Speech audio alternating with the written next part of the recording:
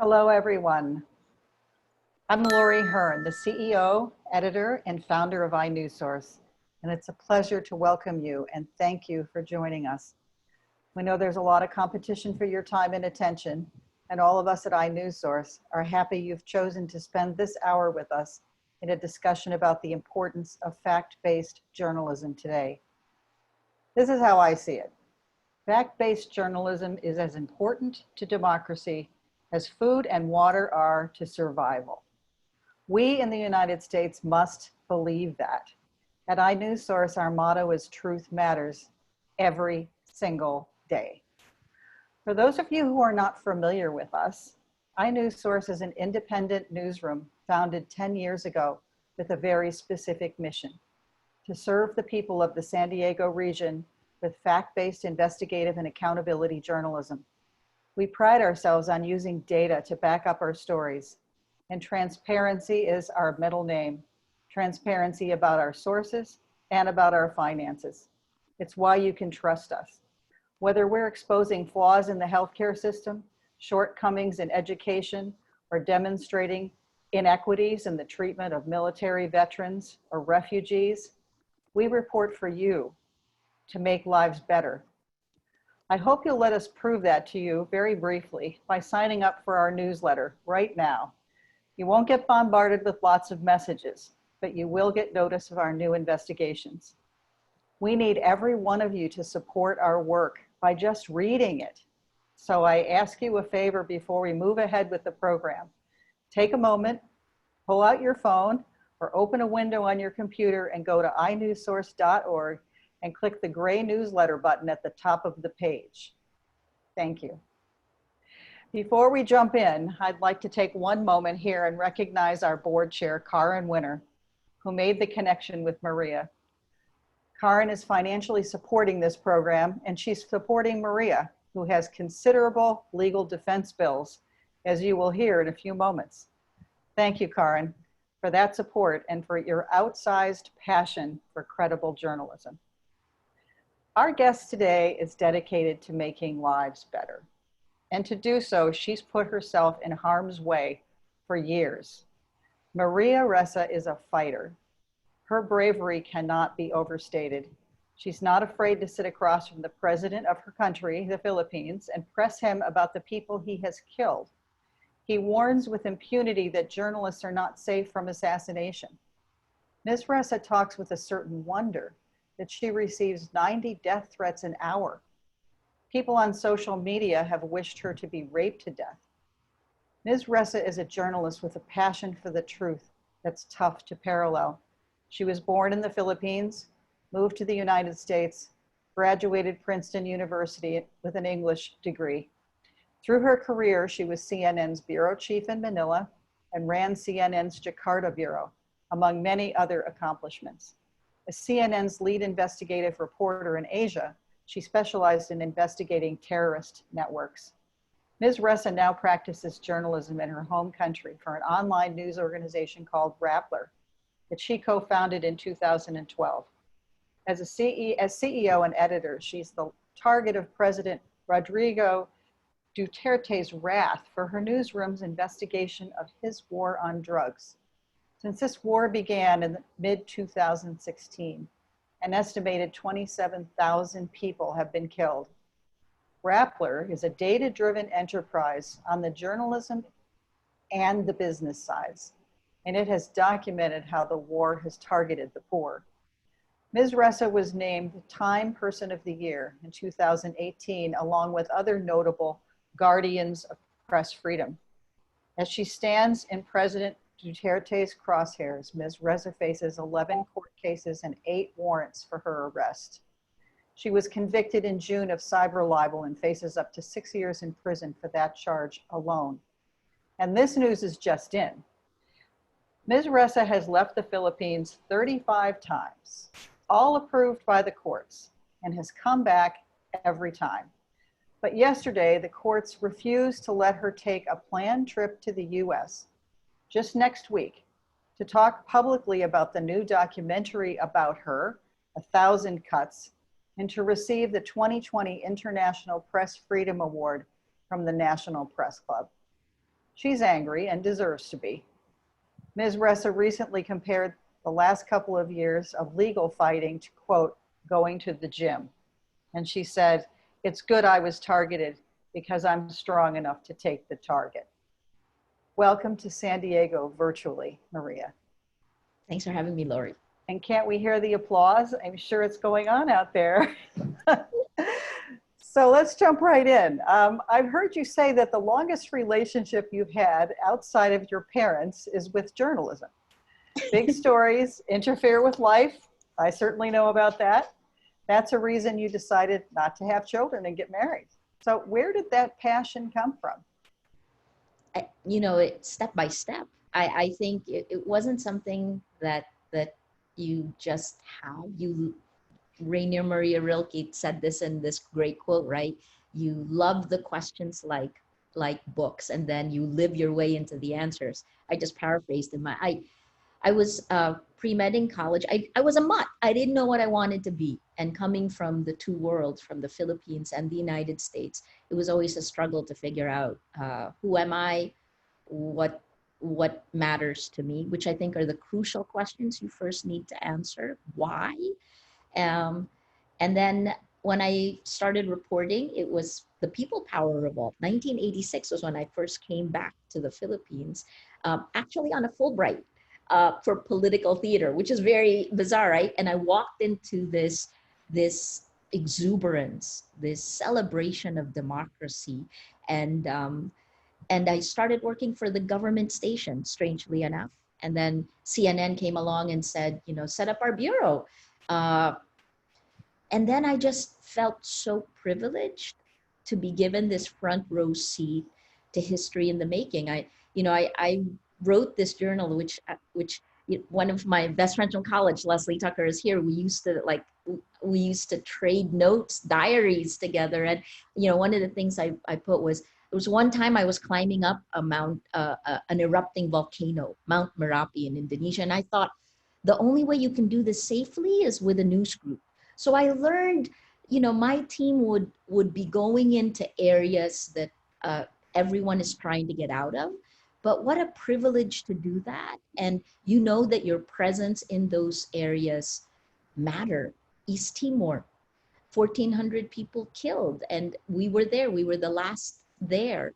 That's not really, so I don't know. I guess the passion it grew. I didn't know, and I followed a path, one foot in front of the other. And I found that the mission of journalism, the standards and ethics, I lived my way into that as well. And so by the time I came back to the Philippines to help write the standards and ethics manual of the largest news group here, ABS-CBN, which during the pandemic was just shut down by the government, right?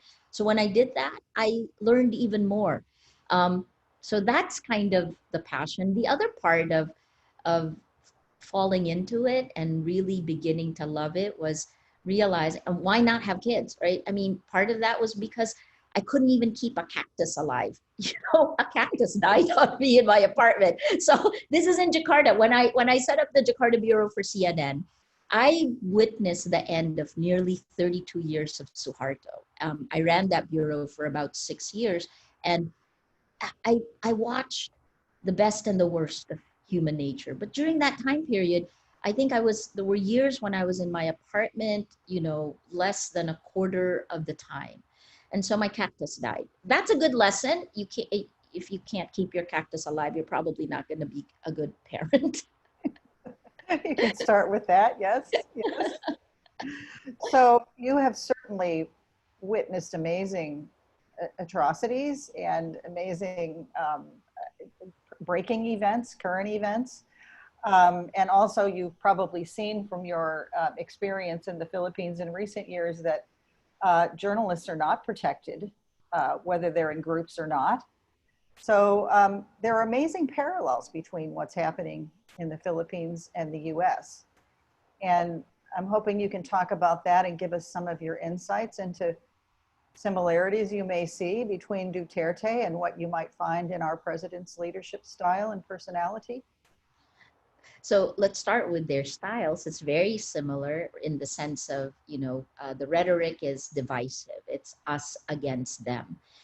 It is meant to rally a group together. It can create fanaticism. And at the same time, there's always an enemy. It's them. Uh, it's strange because before this time period, we really didn't see this as much, except for we've seen this in history as well, right? In Germany, in Russia. But I think it dovetails. So they're what are they like? Sexist at best, misogynists at worst.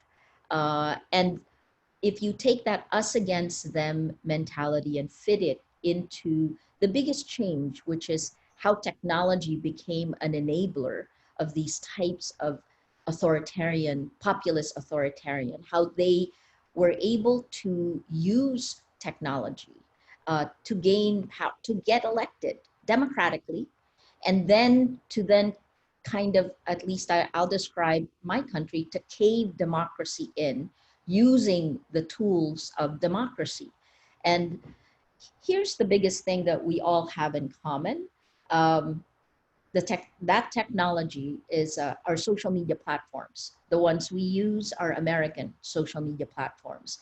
For the first time in history, we are seeing, in the past, this, we would have, every country would have a vertical silo of the news organizations that serve that country. And you would have things like BBC or CNN kind of cutting across. Well, today, you have social media platforms not just taking away the gatekeeping powers of the news organizations, but also uniting the world, cutting across all of these vertical silos of each country and cutting across horizontally, which means a lie told in San Diego spreads to Manila instantaneously, right? You're talking about Facebook now as the world's largest distributor of news. When you have this technology, and this really is the enabler, I would say, of the rise of the digital authoritarians. Built into the design of the social media platforms is the idea of us against them.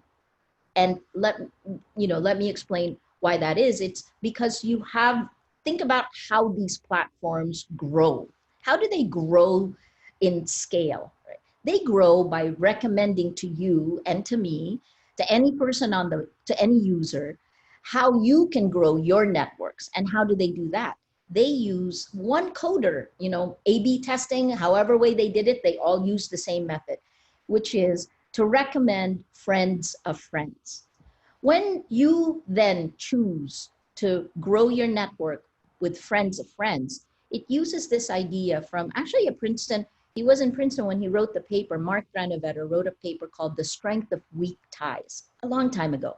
And it really posits that in our world, everything moves because of weak ties. If you want a job, it's because a friend of a friend knew somebody who can help you get the job, right? These strength of weak ties, we call them boundary spanners. Well, the social media platforms closed the triangle so that in the real world, we have 6 degrees of separation. In the virtual world, you have less than 6 degrees of separation on social media. On Facebook, it's like 4.75 and so. And the closer, the more dense these networks are, the more polarized the ecosystem becomes. Let me put it in the context of the Philippines and Duterte. Here's the kind of timeline, right? If here, this is where we all started in 2016. We all shared facts. We all agreed on the facts. You can be pro-Duterte or anti-Duterte, regardless, you will still agree on the facts. Then as the social media platforms grew, Facebook, by the way, has 100% of Filipino users of the internet. So 100% of internet users in the Philippines are on Facebook. That's our internet. So if you're pro-Duterte and you grow it with friends of friends, you move over here. And if you're anti-Duterte and you grow your network with friends of friends, you move over here. And as the network grows, it splits it further and further apart. And the reason why facts become debatable is the pro-Duterte and the anti-Duterte no longer see each other's arguments. So you can't actually change it. And then if narratives, and this is where things like Russian disinformation networks, they come in and insert narratives that split it even further apart and makes facts debatable. The biggest problem is with us against them and debatable facts. How can you have democracy if you don't have facts? You can't have truth. If you don't have truth, you can't have trust. If you don't have any of these, how can you begin to have integrity of elections for you guys?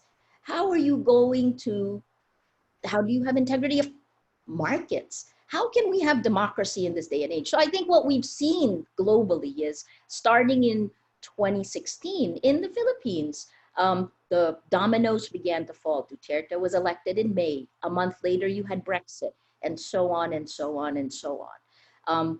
I'd say the last thing on this is that you can't, we know that we have been manipulated. When the Cambridge Analytica scandal broke out, the country with the most number of compromised accounts was the United States, because you were the target. The country with the second most number of compromised accounts was the Philippines. And the reason for that came, I found out last year when I interviewed the whistleblower, Christopher Wiley. And he said that the Philippines, and these are his words, was the Philippines was the petri dish. He said that Cambridge Analytica and its parent company, SCL, tested tactics of mass manipulation in the Philippines. And when it worked, they ported it over to you. We were just the guinea pigs. You guys were the targets. And you already know, the Mueller report said what happened in 2016, right? The fracture lines of society were pounded open. These networks of disinformation, the IRA, the GRU, the military intelligence of Russia, they worked simultaneously to pound fracture lines like Black Lives Matter. This is documented. They pounded on both sides. That's in 2016. Fast forward to 2020. And, look at how the narratives that were inserted pounded both societal and personal fracture lines. So Maria, what you're saying is incredibly sobering. I think many of us have at least know parts of what you're saying. What are you and Rappler and others doing? I mean, it almost sounds hopeless, but I don't think any of us want to think that there is no hope or there's no antidote to this. Definitely not hopeless. I guess what I'm saying is an atom bomb went off in our information ecosystem. This year is the 75th anniversary of Hiroshima. And what happened after that was post-World War II, the world came together to try to protect humanity from the worst of humanity. That's when we came out with NATO, with Bretton Woods, with the UN Declaration of Human Rights. That's kind of what we need right now. And you guys are in California. Your Silicon Valley has fundamentally changed the world. Silicon Valley has been, has collaborated to help genocide happen in Myanmar. The attacks against me are enabled by decision of Silicon Valley. The attacks against democracy are empowered by Silicon Valley. So I'm saying this is the time to act. Let me put it in a personal, I talked a little bit about how your fracture lines have been pounded open, but for me, it's very personal and very, very easy to grasp because we actually have the data. We're also a partner of Facebook. We were essentially alpha partners of Facebook. So when we started Rappler was about taking technology, this social media, and incorporating it to build community. Well, you started as a Facebook page, right? Certainly did. And if its search had worked better, I probably wouldn't have even have built the site, right? But so look at what happened to me in 2016. That's only 4 years ago. Here's 2016, here's 2014. In 2016, the propaganda machine, because that was how I got attacked, because we exposed the the insidious manipulation that was happening on Facebook. In 2016, there was this narrative inserted into our ecosystem, which is that journalist equals criminal. And when that was turned against me, I laughed in 2016 because I thought, by next year, I'll have been a journalist for 35 years. I have a long track record. I've lived a lot of my life very publicly. And I thought, laugh, laugh, laugh, right? But then as I watched 2016 evolve, as the drug war killed thousands, then tens of thousands, I saw that lie being repeated a million times. And I saw people starting to question, well, if I heard this and I heard this and I saw this on social media, but maybe that's true. And I responded to some of them, but I couldn't respond to all. That's 2016. In 2017, President Duterte himself, in his State of the Nation address, essentially said that, right? He pinpointed Rappler, and he said, they're foreign owned. So he's saying criminal, journalist equals criminal. A week later, I get the first subpoena. It was almost like, the signal, come and get them. And then in 2018, the government filed 11 cases and investigations. In 2019, I was arrested a day before Valentine's Day. And in 5 weeks, I was arrested twice. I have 8 arrest warrants. You said that, right? Cumulatively, the maximum jail sentence for all of these charges is almost 100 years. And 2019 was the year that I went to court. There were weeks where I would be in 4 different courtrooms in a week. I spent 90% of my time dealing with this stuff. And then, of course, 2020, on June 15th, I was, along with a former colleague of mine, Ray Santos, we were convicted of a crime that didn't exist when we published the story. So journalist equals criminal in 2016, journalist equals criminal in 2020. They're alternative realities because I'm not a criminal. But when you make people doubt, when you make them doubt people, the targets of attacks, institutions, truth tellers, when people don't know whom to believe, the voice with the loudest megaphone, the person in power, gains more power. That's the core. Can you tell how many, what the percentage is, or what your feeling is of people in the Philippines who trust Rappler as opposed to what they hear from the government, that Rappler is not a legitimate news organization, that they're a bunch of criminals? Can you gauge that? It's hard to tell, but I look at numbers in terms of who are our users. How did we survive the last 4 years of attacks? We did it with the help of our community. You mentioned, we had, excuse me, tremendous legal fees up front. I mean, this is a war of attrition. This is meant to, I think the first goal is to bankrupt us. Well, the first goal is to scare us to silence. The second goal is to bankrupt us. And then the third goal is to shut us down, right? Our community has helped us survive the last 4 years and come out stronger. Nietzsche's quote is correct. What doesn't kill you makes you stronger, and it has made us stronger. So when you live in a climate of violence and fear, President Duterte says that, by the way, that's how he leads, violence and fear. And I asked him in our interview, one of our interviews, I asked him, do you need to lead with fear when you're already president of the Philippines, right? Don't you need to unite? And he didn't even breathe. He just said, absolutely, you need fear. It's a style of management, right? I guess it's like spare the rod. I mean, spare the rods, spare the child, whatever that. So that's his thinking. And when you live in that kind of environment, when in July of 2016, our reporter who was on the night beat would come home every night with video of at least 8 dead bodies. And that kind of environment with a weird clockwork orange cheering squad, that's what happened on social media. Anyone who questioned these deaths was pummeled and pounded to silence. So when you live in that environment, you don't want to be the one to stand up. There are costs to standing up against the government. Our advertisers were scared that by April 2018, so the government gave us a notice to shut. They tried to revoke our license in January 2018. We've been fighting back tooth and nail, but by April, our advertisers were so scared that we dropped 49% of our revenue. And that was an existential moment. We had to actually come up with another sustainable business model. And because we were forced to, we were actually well positioned when the pandemic hit. So everything leads somewhere better. I hope.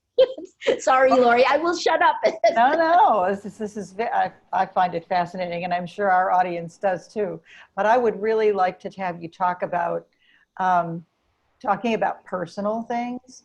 In your documentary called A Thousand Cuts, we see your reporters, many of them they look very young, standing up to personal and professional attacks and speaking very, very strongly. We also see them toasting a Supreme Court victory, which is wonderful. So talk about your staff. What do you look for in hiring them? How do you deal with concerns about your safety and theirs? I know you've recently had to add bodyguards to your personal team, and I saw a clip in A Thousand Cuts of you wearing a body bulletproof vest. So tell me about the people who work for you and how you protect them. It's a great question. So Rappler is about 100 people, and we have about 25 of that editorial, because we also have a small tech team, video. I think it's self-selective, especially after we came under attack. So beginning in 2016, the online attacks were so fierce that we offered counseling to our folks because, we have the median age in Rappler is 23 years old, and it is 63% women, not by design. We actually look for men. So in 2017, when the cases began, and it became clear that this was going to require courage, I actually held a General Assembly where I told everybody that, we're going to go through something that is going to, I have no idea where it's going to lead. This is what I plan to do. I think that's when I began the phrase, hold the line, right? We just have to hold the line, because a decade from now, I want to make sure that we have no regrets. That's the way I live my life. I don't want to have any regrets. And I offered everyone in Rappler the opportunity to leave. If this isn't, because everyone's risk appetite is different. And I said, this is a good time. If you feel like, this is the risk level, the danger factor is too high, let us know. We will help place you. We will help you find another job. No editorial person took that offer. And the people who did, strangely, were tech people and salespeople. So that was interesting to me. Now we're forged in fire. Everybody understands it's exhausting, especially with coronavirus strain added on, right? With the pandemic added on. This is our 22nd, the end of the 22nd week of lockdown. So it's there's that added stress. But what do we look for? You can see in A Thousand Cuts, you see how President Duterte bullied our palace reporter, Pia Renada. And Pia is a climber, a rock climber. And so in a strange way, this is also built into her personality. I think we all want to respect the office. It's a tough balance. You respect the office, but you question the man. You question the way power is being exercised. That's our job. So what do we look for? We look for courage. That's the first. Mission. And then I think what's happened in the last 4 years is a lot of the stresses of running a news organization, the normal stresses, kind of peeled away.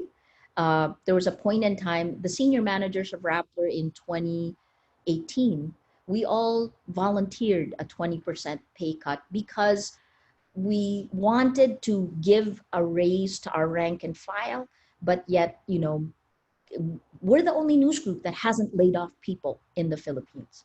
So, any long answer, right? But I guess I'm saying the Rapplers inspire me. And that's why, so my task is to hold up the sky so the team can keep working. Oh, do the reporters have daily issues? I mean, obviously with their safety, but is there certain kinds of harassment by the government? I mean, I know sometimes there have been instances where they've been banned from news conferences where that reporter can't come. That certainly happens in the United States as well. And what about, does the government interfere at all, for example, with your internet access or your presence? I mean, what are those kinds of things that go on? So hard to tell. There have been instances where we've clocked it, we've logged certain anomalies, but so far no, and hopefully not, and hopefully we're prepared for it, right?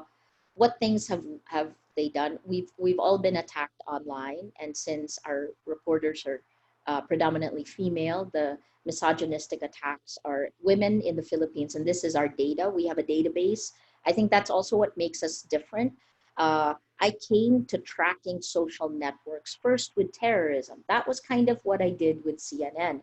And then transferring it online, my last book is called From Bin Laden to Facebook. I wrote it right before ISIS started working, right? It was published right before ISIS came out and started using social media. So we saw that, and that's kind of what we do in Rappler. We have our information ecosystem, the database of that, and we're able to track networks of disinformation. For our folks, they've learned, like we've learned how to deal with it. You never really get used to it, but you know, like the personal attacks against me, I guess I take it as a challenge, and the same with our reporters. They take it as a challenge that whatever that is that the propaganda machine thinks will affect you, you just have to touch it and rob it of its sting. And then we keep moving forward. So our young reporters are still moving forward, and we keep doing our jobs. And we get attacked because we keep exposing corruption. It's a tough one. But can the government come in and just shut down your internet, for example? The government can come in and do anything. They can file a case of child abuse against me, even though I don't have children. I mean, the government can do anything, right? That's the other thing I've learned. Government has vast powers.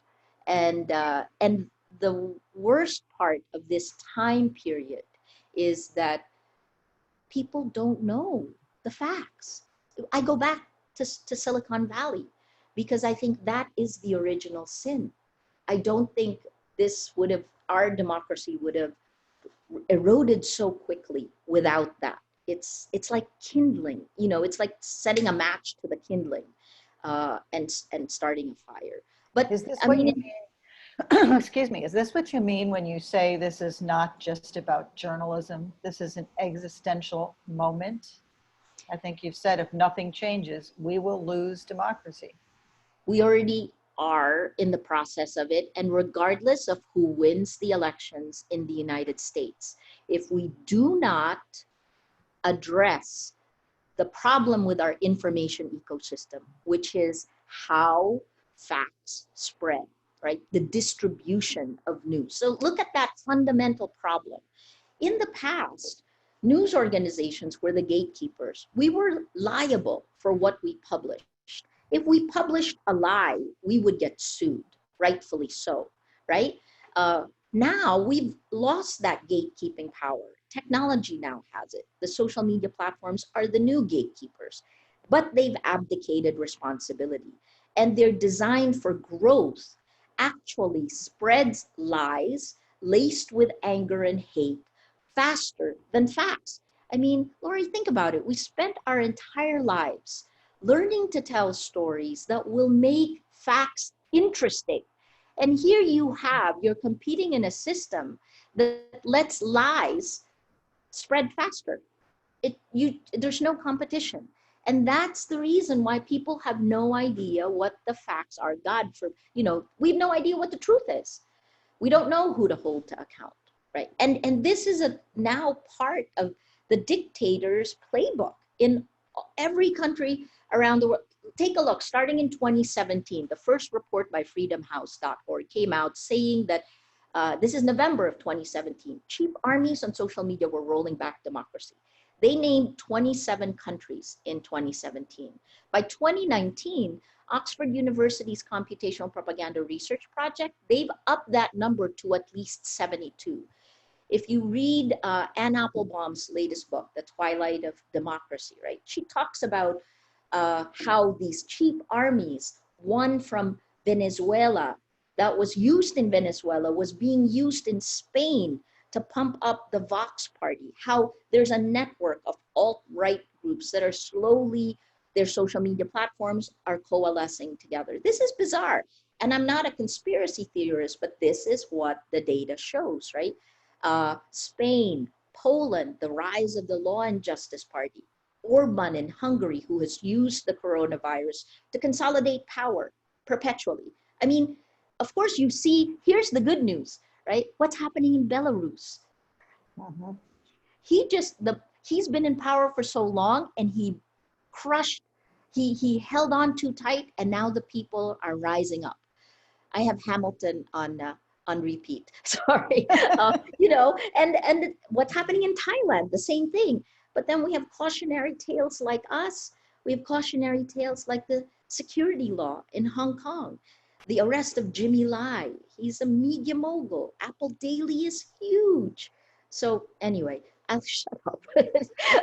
Started There are a lot of people in our audience who really, the question on the tips of their lips is, what can we here in the United States do to help you or to help the fight for Rappler? I mean, again, you don't want to make things sound hopeless.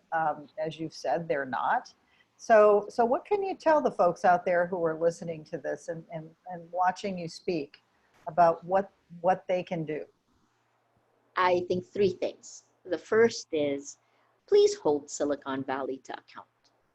I think you watching are very influential. More than that, you're Americans. And, this is an American company that is companies that have taken over the world's information ecosystem. This is you guys. So that's first. Hold Silicon Valley accountable. Tech needs regulations. You asked me 2 years ago, I actually was saying, no, let them self-regulate. Well, after 2 more years of this, it's clear that the greed doesn't stop. And it's built into the design. Eli Pariser wrote a book about filter bubbles many, many years ago, but now I've lived it. These are hard-won lessons, right?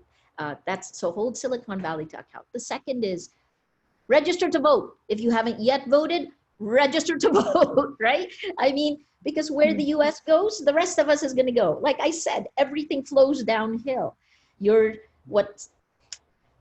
I am both a Filipino and an American citizen.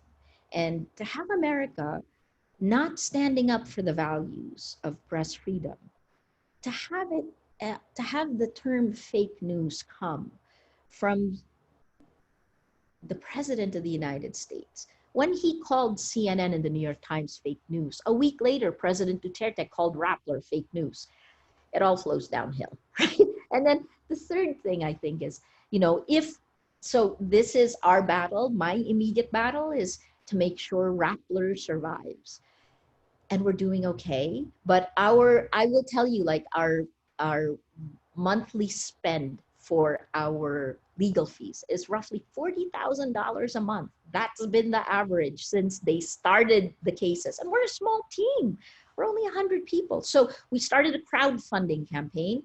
And that's how our community has helped us, both outside the Philippines and in the Philippines. So all you have to do is to Google Rappler crowdfunding and you will find it. Look, Google. I've even told you to use, I will put the link in there. But I don't think we can roll back technology. I guess that's the last thing. We cannot roll it back. So if you are a publisher or if you are in your area of influence, right? So as a publisher, embrace tech. We have to, because they have not protected the public sphere. The tech people have not protected the users. So we need to demand that. And then the second thing is, in your own area of influence, please act.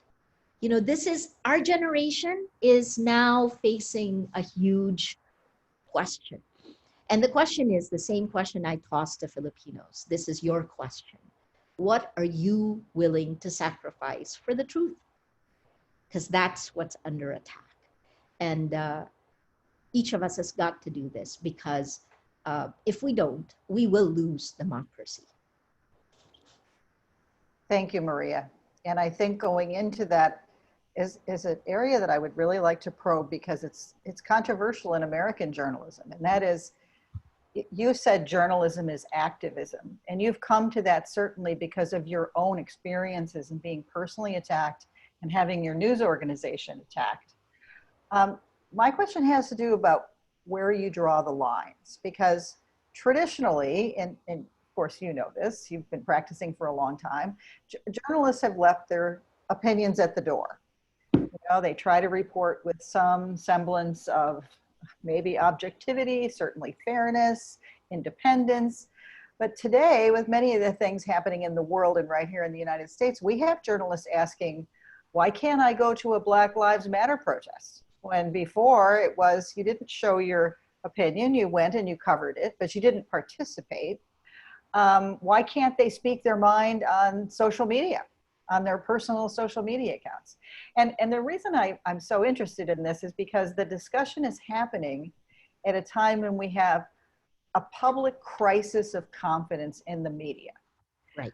People want to know what they can believe. So how do you reconcile the activism and perhaps the need for that, and the need to assure people that we really are not taking sides, or we're giving them a fair representation of what the facts are?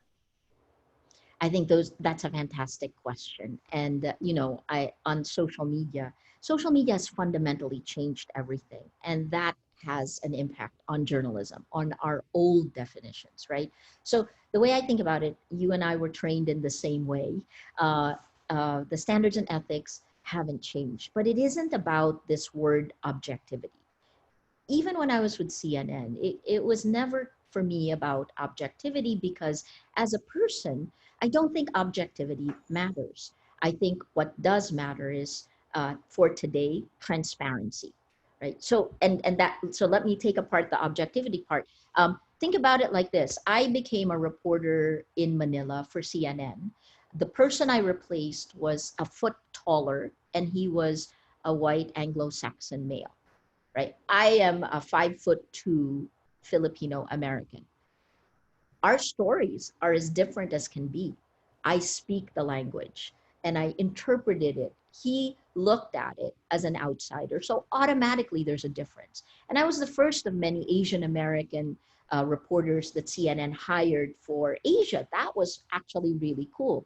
So I never said that um, objectivity isn't the right goal. What the goal is to provide context, to provide the facts, and then provide the context. I always use this idea of, like, if we're sitting in a room and you're at the back of the room and I'm at the front of the room, if you're only describing what you see in front of you, we will describe things that look differently. But if we put context, I'm sitting in the back of the room, you're sitting in the front, then you have a bigger picture. That's what journalists do. Journalists tell you the facts, they provide context, right?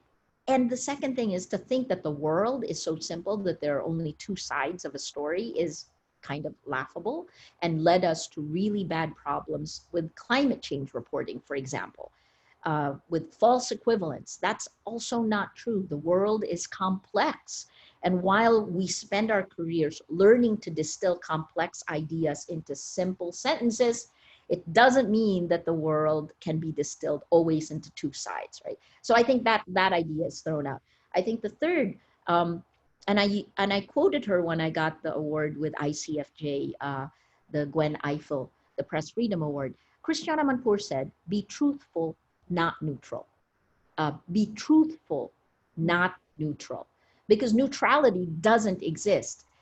The same way that when an atrocity is happening in front of you, silence becomes complicity. Your very act, the act not to act, is acting. right? So that's be truthful, not neutral. And finally, the last thing I'd say today, and this was Time Magazine that actually made me think this. We're caught in a battle for truth. And in a battle for truth, journalists are at the front lines. There's nothing neutral about that. When you are fighting for facts, journalism is activism. And to pretend not to, in the Philippines, it's actually, that protects you a little bit because then you won't be the primary target, but neither are you doing your job, right? So in a battle for truth, journalism is activism. I think that's very hard one. Like we've learned that we have to evolve our ideas of journalism as technology has changed it. It moves at a far faster pace. Technology, social media platforms, they're thinking fast. You know, Daniel Kahneman's book, Thinking Fast, Thinking Slow, the two ways people think. This is where journalists really, you know, we only looked at the content we were putting out, but tech platforms look at how they change behavior. And thinking fast, thinking slow. Social media platforms are a thinking fast platform. Journalism is a thinking slow process. And we're spreading our, our stories on a thinking fast platform. So what does that mean? We have to think that through. And I think news groups in the United States are understanding this. We're watching younger folks demanding a voice. And here's the last thing I'll say on this. When I was arrested and the government refused to give me bail that night, right? They just wanted me. So I was arrested on February 13th for cyber libel, you know, the retroactive application of the law. And they held me in jail overnight. And I came out hopping mad the next day. And I said, you know, that was when I felt as a journalist, we are handcuffed on social media because of our standards and ethics manual, right? But that day, overnight, I thought about this. I was like, what can I say? I'm still a journalist, but I'm the person whose rights have been violated. And then I thought, I don't have to go and ask that person whether they did the right thing. I did nothing wrong. I don't have to go read through documents to figure out what happened. I knew what happened. And so there was a choice in front of me. Do I speak or not? Right? I mean, it's a tough one. And so I decided that was the moment where I was going to unshackle these old definitions, because don't I, as a citizen, have the right to defend my freedom? And, you know, so I tried to kind of pull myself away from Rappler in that sense, because I was the target, but yet I am Rappler. So it's an ongoing discussion between us in Rappler. I've seen it now expand to your newsrooms in the States with Black Lives Matter. I guess our solution here is to be far more transparent than we have ever been. When I do an interview today, I say, I have 8 criminal charges, you know, because if I'm interviewing an administration official, that needs to be said because they know it, I know it, my audience knows it. If I'm interviewing an opposition politician, I say the same things, right? Radical transparency, I think that's what'll carry us through. Thank you. So we just have a little bit of time left, but I encourage the audience to please put questions that you might have for Maria in the Q&A, not the chat, the Q&A, and we'll try to get to as many as we can. One that's here that I'll ask is Evelyn Rodriguez says she's a Filipino American in San Diego, and she wonders if you can share how much of the Rappler community is composed of Filipinos in the Philippines versus an international audience. I'm sure you can tell that from your analytics. Yeah, 60% in the Philippines, 40% outside, roughly. But I will also say that, you know, when we came under attack in 2018, we began a membership program, and there are a lot of Filipino Americans. And it's actually, what's interesting now is that there's a mix of people, of Filipinos and non-Filipinos coming together in Rappler Plus. That's our membership program. That was interesting. But in terms of analytics, we're 60% our readers are in the Philippines, and then 40% outside. Does that surprise you, Maria, or is that what you might have expected even a few years ago? Yes, it is what I, I ran the largest news group, ABS-CBN, and it's pretty similar mix, because the Philippines has a large overseas component. 10 to 12 million Filipinos work overseas. In fact, they're our largest dollar earners. So, the impact during the pandemic economically is going to be large. Mm-hmm. Well, we have here a rather provocative question from Hal and Pam Fuson. I have to wonder, what are the factors that hold the government back from destroying you? Certainly it has the power to do so. Is the price of your destruction too high? Or is that somehow your continued existence as a punching bag valuable to your enemies?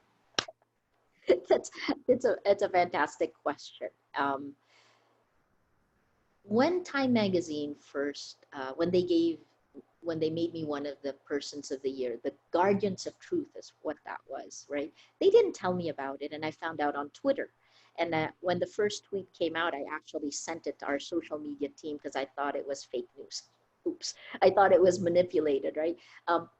My stomach sank then, because I thought, oh my God, now I'll really be, the government is going to pound me.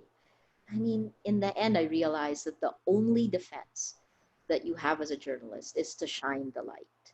And that Time Magazine was a shield for a period of time. It's hard to answer your question because I'm still living my way into the answer. I think, I keep doing my job. That makes it very simple. And I call a spade a spade. I tell you what is happening. And now it's first person. I tell you what is happening to me. The government wants to have a veneer of rule of law. The President Duterte is our most powerful leader since he's more powerful than Ferdinand Marcos. Ferdinand Marcos had to declare martial law in order to shut down ABS-CBN, the network, the largest network in the Philippines. Like, imagine CBS getting shut down or CNN getting shut down because power doesn't like it, right? And they will use the law to do it. So obscure points of law. This has been the way of attack of the administration. We had a former Chief Justice who was taken out as Chief Justice and also just expunged from the Supreme Court on an obscure point of law called quo warranto. Like, so she's no longer there. This just happened a year under the Duterte administration. Lots of these things. So anyway, most powerful leader. We have a legislature that seems to be captured because they denied the franchise of ABS-CBN a few weeks ago. And then the judiciary is, I think, under scrutiny as we speak. Like, I always say that it's not just me on trial in the Philippines. Our justice system is on trial as well. And I continue to appeal to the men and women who are the judges to follow the spirit of the law. Having said that, the only thing I can do is exactly what I'm doing now, right? And do you think the attention, the worldwide attention, is in fact a shield? Because I was thinking the other day, what would happen without social media or without the internet, the ability for Rappler to reach 40% of an audience that isn't in the Philippines? How would that be different for you and for the people of the Philippines? Very, but you can't, that would shut down commerce completely. And we've already, the latest survey just showed that 50% of our jobs, about 50%, are lost in the pandemic. So there's actually both in the United States and in the Philippines, right? Our governments have to perform.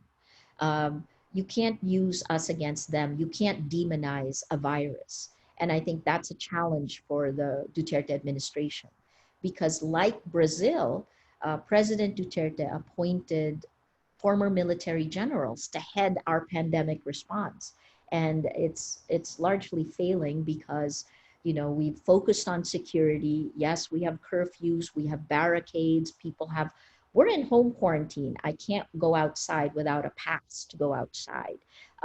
So that, however, hasn't stopped the exponential increase of the virus. So now President Duterte and the administration must perform. And that's rare because in the past, all they have done is to demonize questions, people like me. But you're to finish answering that question, I think that if if news organizations had not done our stories, if the world didn't care, I'd be far worse off today than I am. So that's the reason I keep speaking. I think, you, Lori, you mentioned, if the government wants you to shut up, you should not shut up. Besides, it's your right. Why should I shut up? But the reality is, it's my only shield. It's my only defense. Mhm. Mhm. So we have a couple of questions here that came in that had to do with looking for your crystal ball here, Maria. What Tom Garcia asked, what future do you see for the country in 2 years or 5 years, if you can even envision that? Of course, Duterte is in office until 2022. And there is a question here about asking, what do you think is in store for that election? I think we're standing at the precipice. Actually, not just the Philippines, right? I think you guys are as well, but the Philippines right now is at this precipice of a step forward could drop us into the abyss. Because, look, the pandemic has given our administration, our government, tremendous power. It has taken out a lot of loans, trillions of pesos. I think more than 7.7 billion US dollars. Uh, and we can't control. We're in the the Senate is in the middle of a corruption hearing of our PhilHealth is like what is your, like Medicare, I guess. We're looking at where all this money has gone to, and it looks like corruption has taken out significant amounts. Where will this go? Look, we're seeing a consolidation of power of the Duterte administration. Like other governments, they've used this time period to consolidate power. And it's brazen. So one of the things that happened, for example, the shutdown of the largest broadcaster, that happened while we were in lockdown. The passage of an anti-terror law that is now, yesterday, there was the 29th petition at the Supreme Court against this anti-terror law that passed our House of Representatives in about 5 days and was signed by President Duterte. It is alarming because under this, the cabinet secretaries, a small group of cabinet secretaries, can designate anyone a terrorist. I could become a terrorist. I could be designated. And if that happens, I can be arrested without a warrant and jailed for up to 24 days. We think this is blatantly unconstitutional. That is why you have 29 petitions at the Supreme Court. But by next year, our Supreme Court, 13 out of 15 Supreme Court justices will have been appointed by President Duterte. So you see how far worse we are compared to you guys. So the last thing I'd say is there's a move. While election campaigns will begin by next year, we're seeing jockeying, but there's also a move from our administration, from local governments, to change the Constitution. Again, using the powers of democracy, the tools of democracy, to cave it in from within.